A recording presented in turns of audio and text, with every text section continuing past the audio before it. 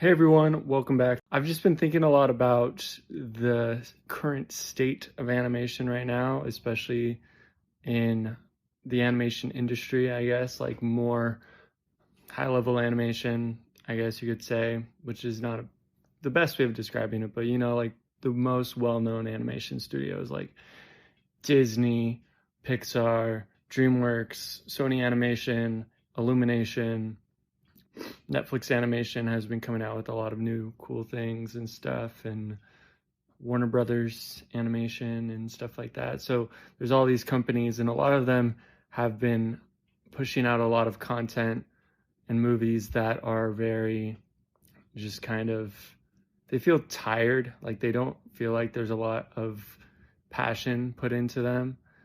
I just made a video about Elio on my main channel, and I was just thinking about how it's interesting, especially with Disney. They're rebooting a lot of these movies, but they're not rebooting the ones that people really want, like Atlantis and Treasure Planet and stuff. There's a lot of safety that people are looking for, and knowing that, hey, this project is going to make me money, or it's going to be successful, it's going to get us more notice or whatever. We're going to be able to make a profit from this. And that's been kind of more of the focus.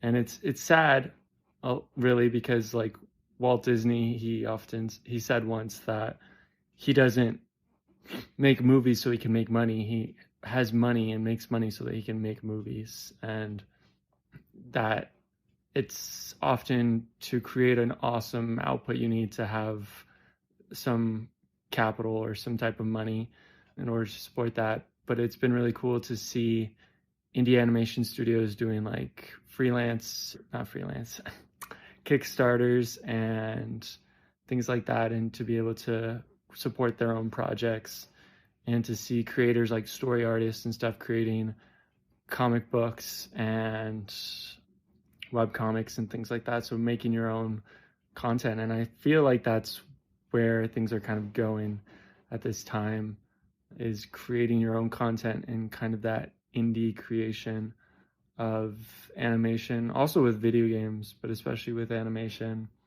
there's a lot of cool things that can be done in these little small teams that are popping up.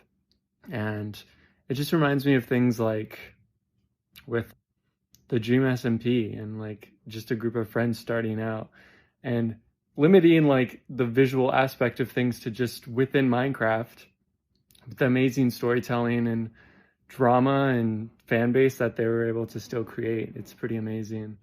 And also just kind of with even my own YouTube channel, like having a group of people, the past YouTube channel I was on, where it's a group of people doing video game YouTube channel stuff, we were able to reach a lot of people. And there's so much potential within the indie or independent animation space that I think is not being fully grasped or like taken hold of. And I think one of the big things is, and I'm still trying to figure out the best way to accomplish this, but the idea that you don't want to work on a project for free, but you're willing to work on your own projects for free, like in your own free time and stuff. And I think if people who are all looking for work right now came together and made projects that will help to grow their portfolio, help to grow their skills, and like sharpen those skills and hone those skills, practicing things like storyboarding and writing a script and animation, that they would be able to accomplish a lot of great things. And it's like easier said than done, because I've started this a little bit and reaching out to people and stuff, and it can be tough in communicating and staying motivated. But I think that there is a great potential in that, and still trying to figure it out. But for me, the biggest things has been the idea of creating stories that mean something to you, and that in turn means something to others, and that are going to make a difference in the long run. And there's been these in the popular media, I guess, like stories like Avatar: The Last Airbender and The Dragon Prince, and Voltron actually had like this big following and stuff for a while.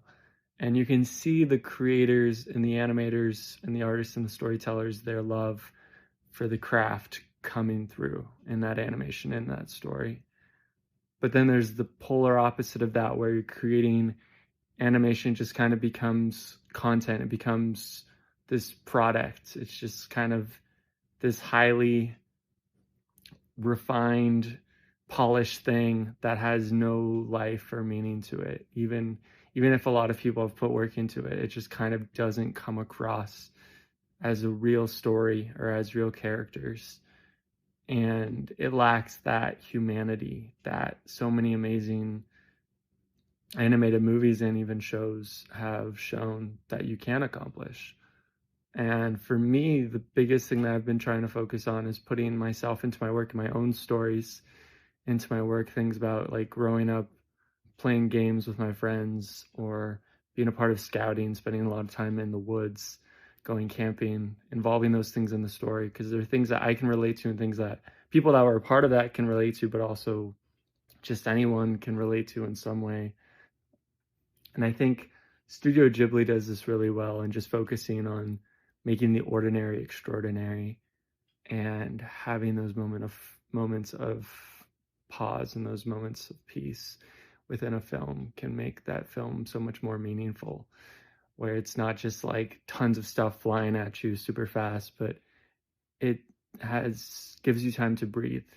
The film gives you time to breathe and to think and to understand this story, and it doesn't treat you like you're not intelligent. It helps you to think and solve things that are going on in the story. It doesn't just spoon feed you everything. You're able to think, and some things are a little mysterious, but you're able to figure that out and become much better through it. Like Across the Spider-Verse did this really well, and just being able to create story characters that are complex and that maybe you don't understand at all times, but you come to understand them better throughout the whole film. And there's just so many great things that can be done with this. And I think a lot of it comes in the indie animation scene, and that's indie animation space. So I want to dive deeper into that. I'm still trying to figure out the best ways to do that. Thought about maybe doing some things in Blender, but yeah, we'll see where that goes. This is kind of just an update about that. That's kind of something I've been thinking about, and I think something that could use some thought. And I think it's important that you don't just all just jump aboard that space and kind of bandwagon, just dump whatever into there, because that's kind of what's happened with mainstream animation. So I think it's important that you're putting in that time and that effort and that love into the story, and that's gonna make all the difference. Anytime, anyway, I'll see you guys next time. Peace, love, and ramen.